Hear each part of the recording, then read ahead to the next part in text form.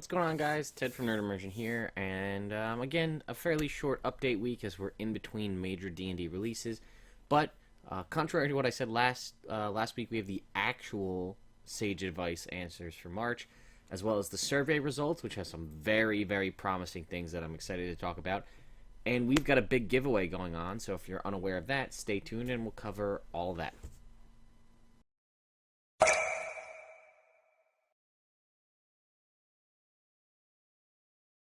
So, let us jump right in. First up, Map Monday. Again, more Curse of Strahd maps. That's the only maps we have right now because we don't have anything new. So that's that. Rule answers for March. So this is the actual Sage Advice. Get some more armor-related questions. Seems like armor is a big hang-up with a lot of people, at least as far as I can tell. So maybe I'll do a video on armor. I do want to do a video on just spells and spell slots because it's something that seems to consistently come up. Everybody seems to have questions, so I know I kind of covered that in my review of Dungeons & Dragons that I did with Sean, just the base review of 5th edition. I think it almost warrants its own video, though, because enough people have questions about how spell slots, spell known, warlock spells, but that's neither here nor there. What happens when a druid wears metal armor. So just answers to that. Funny answer at the start, the druid explodes. So obviously that's not the case. You can read through, it's got a lot of even history back to how druids first came about. Does the rule on casting a bonus action spell apply when you take a bonus action granted spell? So, long story short is no. If you cast a spell like Spiritual Weapon, that is a bonus action to cast, and then on the subsequent turns you can command the weapon to attack as a bonus action, that does not count as a spell. I thought it was fairly self-explanatory, but apparently not. So, you cast Spiritual Weapon as a bonus action, it attacks, you can then command it to cast to attack as a bonus action every other turn while it's in existence, but that still allows you to cast a regular action spell if you so choose. Can Dispel Magic dispel magical effect like a vampire's charm ability? No, because the charm ability is not magic per se. It is an innate ability of the vampire itself.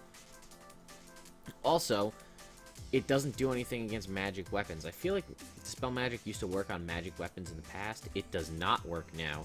Casting Dispel Magic on a magic weapon does nothing unless it has a sustained effect. Someone casts Spirit Guardians, someone casts Wall of Thorns, let's say, from a staff, or Wall of Fire, or whatever you have, that kind of stuff. Those are persistent effects that have a concentration that can be dispelled. So basically it has to have a concentration effect to be eligible for removal with Dispel Magic. Not, otherwise it would have to be a counter spell. So if someone casts Hold Person on somebody via spell or via staff, you use Dispel Magic to end that. Greater Restoration spell can end the effect of a charm of any kind on you. Paladin's Aura of Devotion can prevent such an effect, but you could also use that. 3 of the most versatile spells for ending certain magical effects are Lesser Restoration, Greater Restoration, and Remove Curse. Can you dispel magic on a spell like Animate Dead? Is the duration instantaneous is your question. If the duration is instantaneous, the answer to that question is yes, then there's nothing to be dispelled. So if you are a druid, or I'm sorry, a cleric or a wizard, and you animate a zombie or a skeleton using Animate Dead, casting Dispel Magic will not remove that creature's given life. You have to, because the duration is instantaneous and the effect happens automatically, you can't dispel it. You could counterspell it if you have counterspell and you're prepped ahead of time. Another example is Cure Wounds. It instantaneously restores hit points. Because the spell's duration is instantaneous, you can't use Dispel Magic to remove the hit points gained, and like if you enter an anti-magic field, the hit points gained won't disappear. But again, as an example, Conjure Woodland Beings is a non-instantaneous duration. It's concentration for a period of time, so you could dispel the creatures created from Conjure Woodland Beings, and those would also dissipate in an anti-magic field. You cannot use Dispel Magic to stop an effect from happening before it does. You can't ready an action to cast Dispel Magic to try to shut something down. The only way to stop that, to shut a spell down before it happens, is using Counterspell. You can use a shield with Mage Armor, again, to follow up with the way armor interacts. Mage Armor is basically considered armor. There's nothing preventing you from using a shield. It also makes a point to mention how, like, a Barbarian's unarmored defense can use a shield, whereas a Monk's can't. Gelatinous Cube in the new Monster Menagerie. You can see you can actually put a creature inside the cube, which is pretty neat. Lauren, or Obo Crazy Urban, is on the D&D podcast. She does another podcast.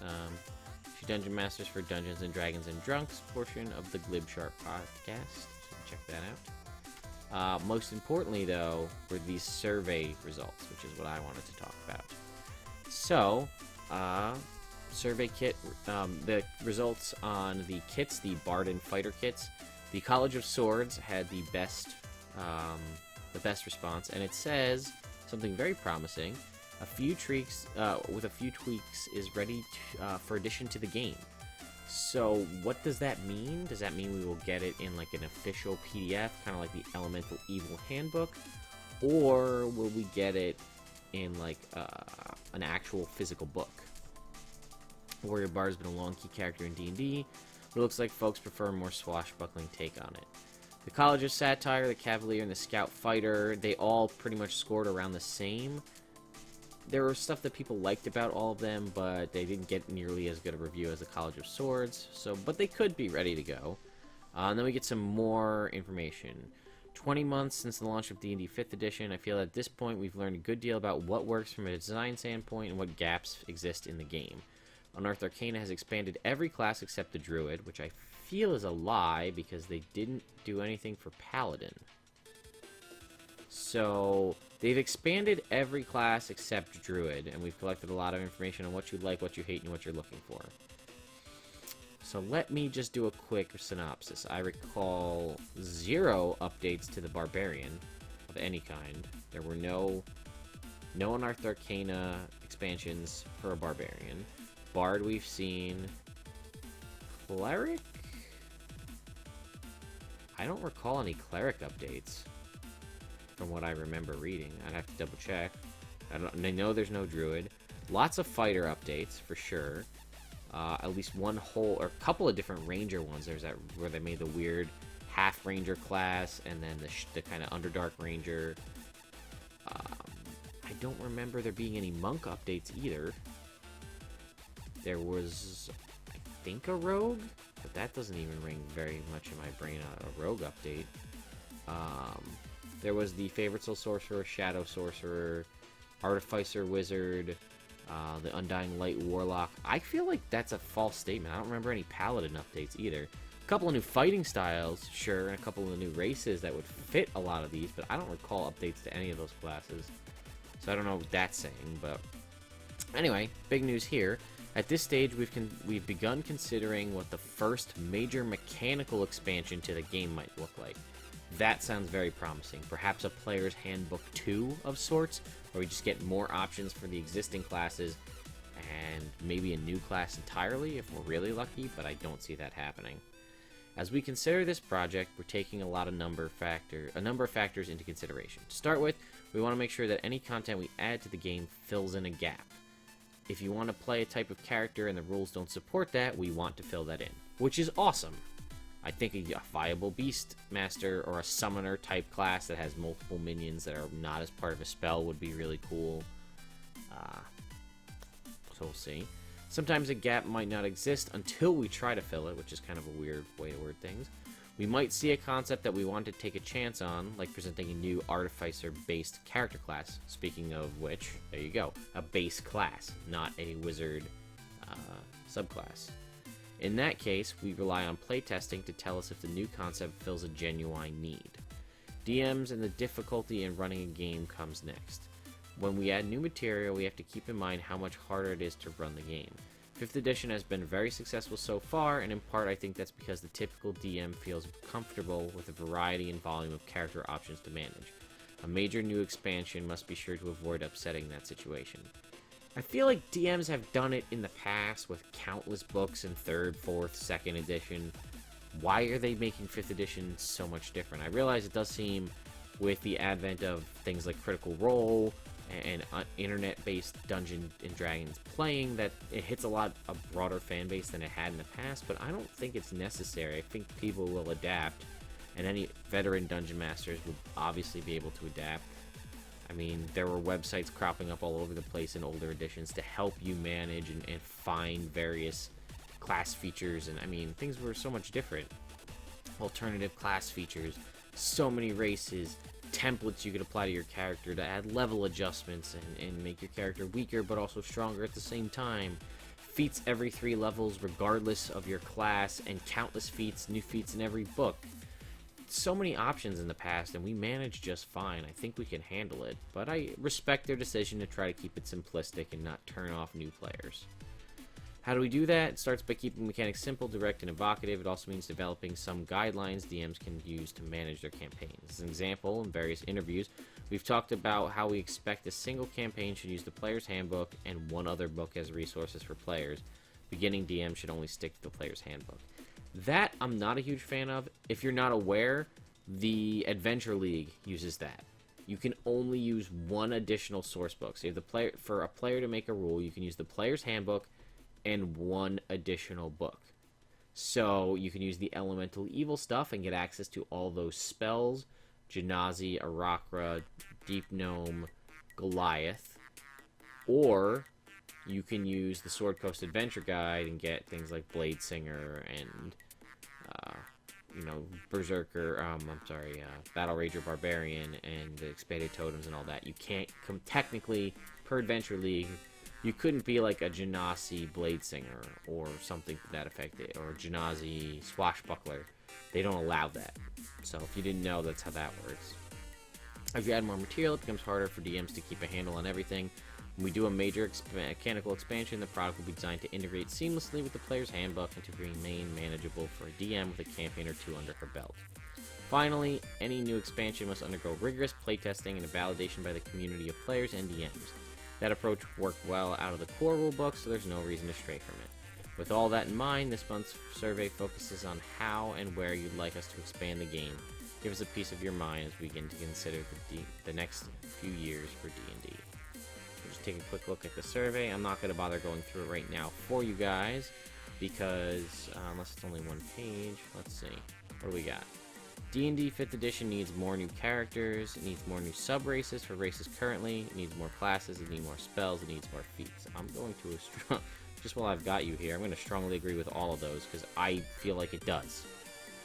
Please indicate whether or not each of the following classes needs more options, such as Cleric, Domains for Clerics, Archetypes for Fighters, Ranger. Definitely needs more options. So I'm going to just throw that right in there. What are your thoughts on expanding the game's character options?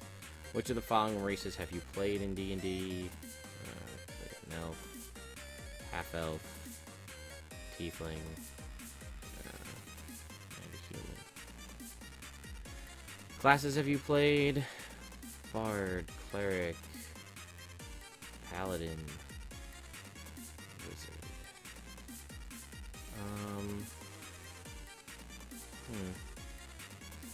None. I only DM. None. I haven't played 5th edition. Why would you be answering a 5th edition survey if you haven't played 5th edition? I would say Barbarian needs more options. I'd say Bard needs more options. I'd say Druid, Fighter, Monk, Paladin. Rogue has a lot of options. You know what? Screw it. I think everything needs more options in this game. I agree. Next. What do we got on the next page? Awakened Mystic outlines, new psionics. If you haven't read this article, I don't really feel like I'm writing Awakened Mystic. I'm not a huge psionics guy. No additional comments. That's the survey. Definitely go fill that out, because it's worth letting them know what your thoughts are on expanding the game. If you're really against more options, let them know, and let them know why. I love options. I love character creation. It's my favorite part of any RPG, video game, or otherwise. So I love having more options to choose from. I was the kind of guy who would sift through countless 3.5 books for hours on my off time before I would ever lock myself into a character, finding new base classes, finding new prestige classes, new races, templates, etc. Magic items to procure, and I crave that in 5th edition. I would just like, how about an arms and equipment guide for 5th edition? That would be great. That's not adding too much to the game. That's not adding new races. It's not adding new classes. Just adding more magic items. We get a handful of smattering here and there between new campaigns, 5 or 6 items here or there, but like, give me a book, maybe with, even if it's just new adventuring gear. It doesn't have to be new weapons or new armor or new shields or whatever. Maybe bring back the buckler for a +1 shield for certain classes, like you can still use your offhand but at disadvantage. Maybe bring back tower shields. You can have the additional half cover if you stand behind it stationary. Things like that. But yeah, lastly, I don't think I have a good, I have this right over here, but essentially, we are doing a contest right now. You can see the link down here at the very bottom for that. But Nerd Immersion has finally reached over 500 subscribers here on YouTube. And as a big thank you to all of you guys for helping, coming out and supporting everything we do here on the channel, I am doing a giveaway. What am I giving away? First prize winner gets a copy of Curse of Strahd, a dice bag, and a set of your typical gaming dice. By that I mean a D4, a D6, a D8, a D10, a percentile, a D12, and a D20. So you're going to get that. The grand prize winner gets that. The second prize winner gets a D&D folio, one of the cool character folios. It's the soft kind of cover, sleeve-based, put your character sheet, put in all your spell cards. Keep your character sheet nice and succinct and together and protected from things like spills or like Cheeto stains or what have you. You also, with that, get another dice bag and a set of dice. And the final one is a copy of Zombie Dice, the really fun, relatively short, press your luck game that uses all dice, and it's got pretty much an unlimited number of players. It's super fun. Set of Zombie Dice, a dice bag, and set of, again, Polyhedral Gaming Dice. So, that's that video right at the bottom. You can check right there. That has more information. I actually show off everything in that video that you will be able to win. But there'll be a link to, just in the description here of this video, that's just to the contest. What do you need to enter the contest? You just need to click sign me up for this contest and subscribe to the YouTube channel if you're not already. If you do that, it gets you entry into the contest. You can also go ahead and do a bunch of other things to get additional entries if you want. You can hit us up on all our other social media, follow, like, subscribe, whatever, over at those places. And then also, you can see this video right in the middle here is Roll for Roll. This is my Sunday night stream that I play with a bunch of my friends where I'm a player and we have a different DM. We will not actually be playing this Sunday because it's Easter Sunday, so we're taking a break. But you can check there to watch the videos to see our last session. But if you go out and click follow, subscribe, all of the social media for Roll, that will get you additional entries into the contest. I think you can get up to 13. And if you refer any friends through your referral link, that counts as an extra entry for you. So if you let everybody else know and they click your link, it gets you additional entries. And lastly, up here on the top, kind of went in reverse order this time. This is Know Your Role. This is my Tuesday night stream. We do it live every Tuesday night on our Twitch channel. And me and a bunch of my friends play D&D upstairs in my dining room. And I run the game, and it's set in the Forgotten Realms. It's a homebrew game. We've had a couple of people who have been out sick and doing personal stuff, but we should have everybody back this Tuesday, including being joined by a brand new character because somebody else has got banished back to Limbo. So we'll have a new character joining on Tuesday, so you can click up there to check that out. And yeah, if you guys want to subscribe to the channel and not enter the contest, you can. If you want to subscribe, you can click down there below if you'd like. That'll get you up to date. I put out new videos like this every Friday, Saturday, Sunday, depending on my schedule, new D&D update videos as well as the streams and various other stuff. Again, I'm going to PAX and Super Mega Fest in a few weeks, so if you want to come hang out and meet me in person, I will be there. I'll post videos on those as I get closer. But anyway, guys, I hope you have a great week. If you celebrate Easter or whatnot, have a wonderful holiday or holiday weekend. Enjoy the weather. I don't know where it is by you, but it's pretty beautiful over here. And don't go see Batman vs Superman, or do. It's up to you guys. I saw it. I was not a fan. I might do a review of it. I don't know. But anyway, be on the lookout for some cool party articles being posted on the site soon. I have an article I've been slacking on writing about how to make a Harry Potter party that I did a few years ago. I'm working on some cool new drinking game stuff for a Nintendo Mario themed party that I got coming up next weekend, so be on the lookout for that. Anyway, guys, sorry for the rambling. I'll see you next time.